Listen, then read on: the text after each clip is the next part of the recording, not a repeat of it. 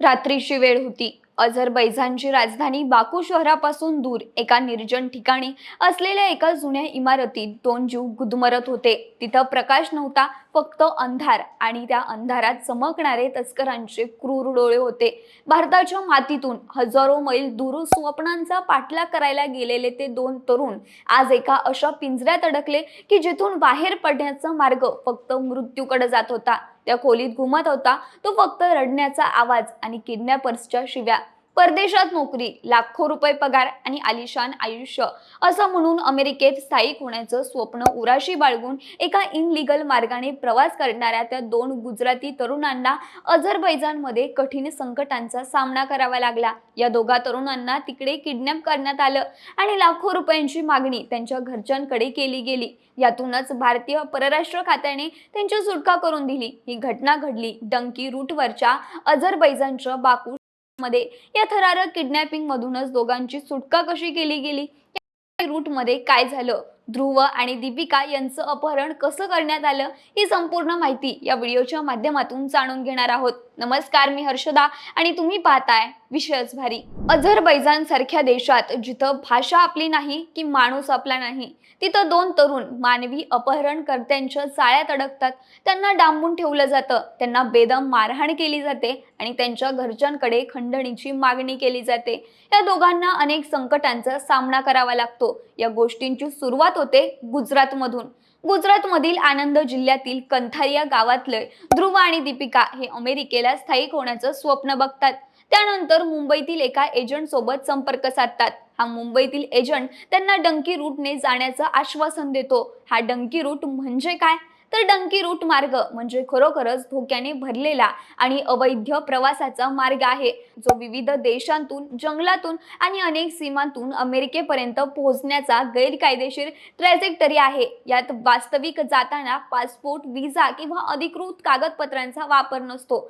बदल्यात travels agent लाखो रुपये घेतात आणि प्रवाशांना अनेक देशातून गुंतागुंतीच्या मार्गाने पुढे ढकलत राहतात. त्यांचा दावा जलद आणि सोपा मार्ग असा असला तरी खरी गोष्ट धोक्याने, फसवणुकीने आणि मानवी अपहरणकर्त्यांशी जोडलेली आहे. माध्यमांच्या माहितीनुसार ह्याच डंकी रूटच्या अवैध मार्गाने ध्रुव आणि दीपिका यांना जाण्याचं कबूल त्या एजंटने केलं होतं. ध्रुवने या प्रवासासाठी 35 लाख रुपये तर दीपिकाने 15 लाख रुपये त्या मुंबईतील एजंटला दिले होते. त्यानंतर नियोजित वेळेनुसार आणि ठरलेल्या फ्लाईटने 30 जानेवारी रोजी ध्रुव आणि दीपिका यांनी आपला प्रवास सुरू केला. 2 फेब्रुवारी 2026 रोजी दुबई आणि युरोपच्या सीमांमधून पुढे जाऊन ध्रुव आणि दीपिका अझरबैजानच्या बाकू शहरात पोहोचले. बाकू शहर ही अझरबैजानची राजधानी आहे. तिथं पोहोचताच त्या एजंटने दोघांचे मोबाईल बंद केले. ध्रुव आणि दीपिका यांच्यासोबत एक पवन नावाचा एजंट होता. बाकूमध्ये पोहोचल्यानंतर या एजंटनं त्यांच्याकडे आणखीन पैशांची मागणी केली. या पैशांच्या मागणीला ध्रुव आणि दीपिका यांनी विरोध केला. याच गोष्टीचा राग धरून ध्रुव आणि दीपिका यांचं अपहरण करण्यात आलं. त्यानंतर एका निर्जन घरातील तळघरात त्या दोघांना डांबून ठेवण्यात आलं. त्याचबरोबर त्या किडनॅप करणाऱ्या व्यक्तींनी ध्रुवला मारहाण केली. या घटनेच्या बाबतीत धक्कादायक गोष्ट ही की ध्रुवच्या घरच्यांना व्हॉट्सअप व्हिडिओ कॉल करण्यात आला. या व्हिडिओ कॉलवर ध्रुवच्या घरच्यांना अमानुष छळ दाखवण्यात आला आणि पैशांची मागणी करण्यात आली.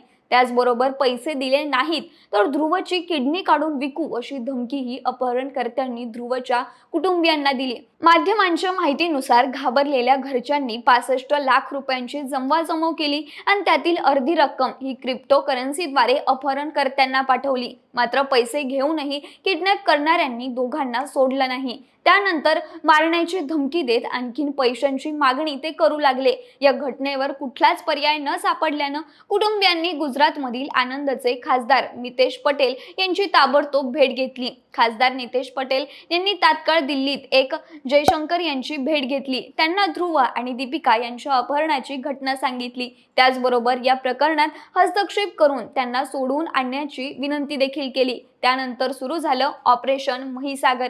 ही घटना समजल्यानंतर लगेच भारतीय परराष्ट्र दूतावासाने अझरबैजान सरकारवर दबाव आणण्याला सुरुवात केली. भारताच्या या राजनैतिक दबावामुळे सरकारने मदत करण्याचं आश्वासन दिलं. त्यानंतर या शहरामध्ये भारतीय अधिकाऱ्यांनी ऑपरेशन महिसागर सुरू केलं.